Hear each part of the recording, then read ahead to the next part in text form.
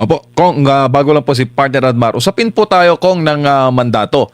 Dahil sinabi po ni Congressman Jervil Luistro kanina, Congresswoman Luistro, yung Latin phrase na Vox Populi est Suprema Lex. In English, the voice of the people is the supreme law.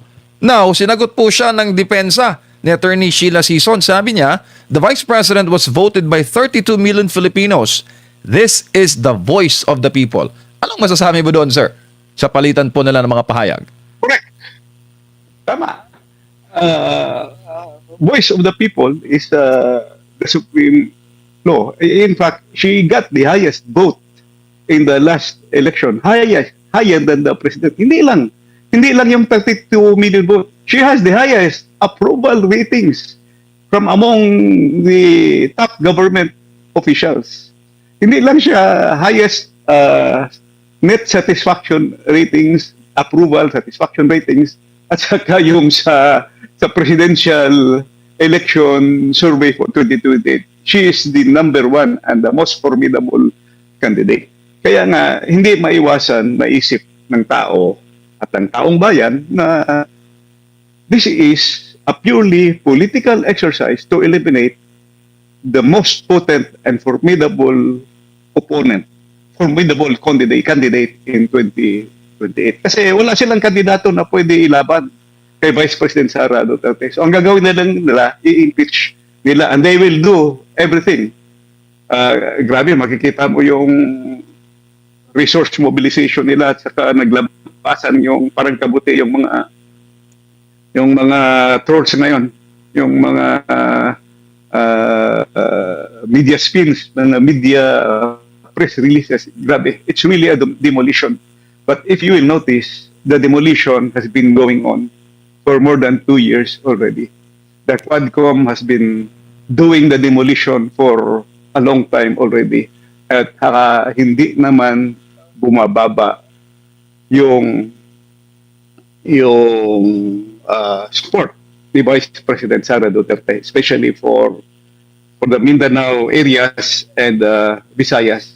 At saka, if you will notice, even in Metro Manila, may support na rin siya. So yung balance of Luzon lang yung kulang yung kaniyang support sa mga surveys. But para sa akin, this will really redound to political motives. So correct yung sinabi nung lead defense counsel kanina na Vox Populi. So, voice of the people. The 32 million votes cannot be disregarded. Saka nagbabantay yung mga bumoto yan, ha? Nagbabantayan kung sino yung nagsasalita ng tama. Saka that explains why bakit hindi bumababa, kasi alam naman natin yung common sense, alam naman natin yung tama. Saka paulit-ulit lang yung mga sinasabi ever since. Paulit-ulit lang. So, I noticed that. Opo, Kung yung threshold para sa botohan, hindi na po yon, kumbaga case closed na po ba dito pa lang sa unang trial na impeachment trial po, unang araw na impeachment trial, batay sa mga salita kanina ni Presiding Officer Chis Escudero? Yes, si Senator Chis Escudero cited President ruling sa Supreme Court. At saka hindi lang yan. Klaro sa Constitution na two-thirds of all the members. So who are the members? Sila yung mga senators na nasa roster pa. Hindi naman natanggal sa roster si Jinggoy Estrada. Hindi naman natanggal sa roster si Bato de la Rosa. Hindi naman matatanggal siguro sa roster si Senator Marcoleta. Two-thirds of the 24 who are members of the Senate. And I think during the impeachment of Chief Justice Sereno, hindi lang yun natuloy kasi nag-resign siya. The very much learned, mautak na si Chief Justice Davide gave also his opinion na yung two-thirds, kahit wala na yung isang senador, supposedly 23, sabi niya, two-thirds is still 16. So 16 votes is necessary to convict the vice president in this particular impeachment. Opo. Sa pananaw niyo po, kung mauobliga ng impeachment court na makadalo ang dalawang nakakulong na senador, kagaya po ng pag-obliga na mag-attend ng mga hearing, ng mga investigasyon, ang mga resource person or mga magiging witness, no, sa isang investigasyon kahit na sila ay nakakulong? Well, I think it should be given a special permission or a special privilege. Yun na nga yung mga witnesses pinapalabas sa kulungan para mag-attend doon. Meron silang mga pina-attend doon sa doon sa impeachment hearing sa House.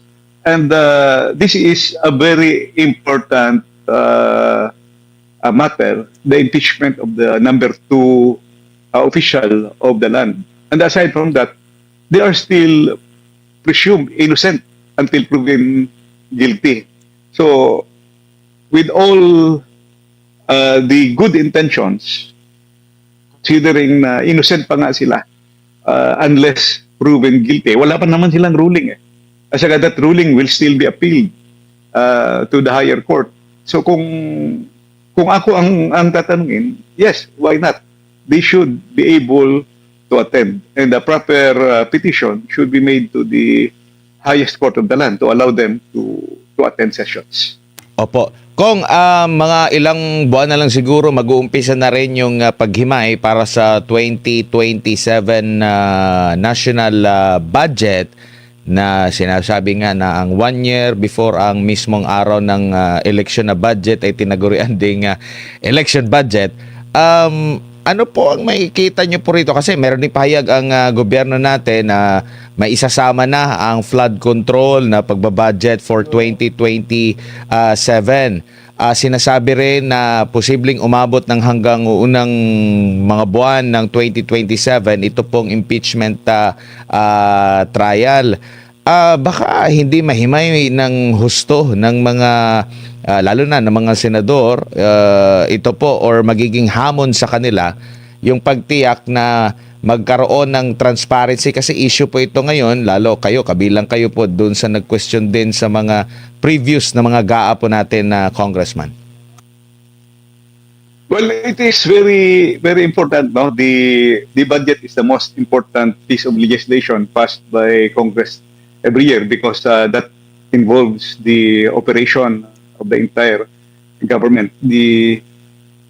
We call that the budget is the final financial interpretation of the plans and programs of the economic development plan, socio-economic development plan of the government.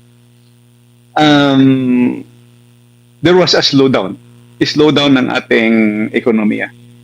3% in the last quarter, 2.8% in the first quarter. Inflation is up. If you will notice, investments is down. There's a kind of loss of confidence in the investments, loss of investors' confidence. At saka yung target nila is something like more than 7 trillion. We have to hihimayin talaga natin ng gusto yan, because how can you raise the 7 trillion when the economy is down? The basis for the budget is the GDP growth, or the gross domestic product. It is a percentage of the gross domestic product, yung tinatawag natin na projected earnings sa BIR, sa Bureau of Customs. Is very, very dependent on the economy. So yung tax collection efforts na gagawin is very dependent on the economic development. When the economy is down, how can you raise your taxes? So magtataka ka bakit naka-project ng 7 trillion when at present binababa na yung projected growth, no? Something like 4% plus na lang. And it is not only the DBCC, Development Budget Coordinating Committee, yung aside from the DBCC, yung international financial institutions and the credit rating agencies have already reduced our growth targets. So kapag mag-reduce ka ng growth targets mo, bumababa din yung tax returns mo. So paano mangyari yan? Aakyat yung budget deficit kung malaki masyado yung projected na budget, pero yung income mo is very low because of the slowdown in the economy. So para sa akin, how do you reboot? Yun talaga yung solusyon doon sa questions of the corruption. Hanggang walang big fish na makukulong diyan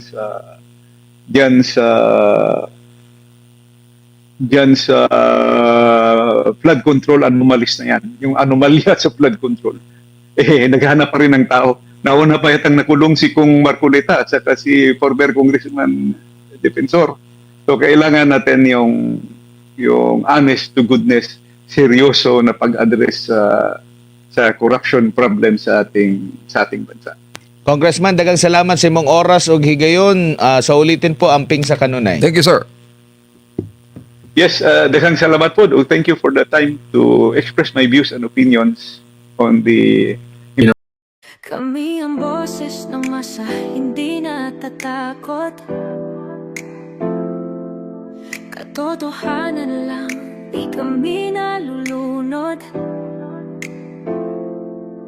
Walang bahid ng sismis, lahat ay totoo. Kahit sino ka pa, pag mali ka babanatan ka. Walang pinipili kulay, wala kaming kinikilingan. Basta para sa bayan, kami lalaban. Pagdama palakpakan, pag mali banatan. Di matitinag, di matatakot, para sa bayan tuloy ang sigaw. Sa harap ng kamera, walang halong takot. Mga baluktot, lahat kayo'y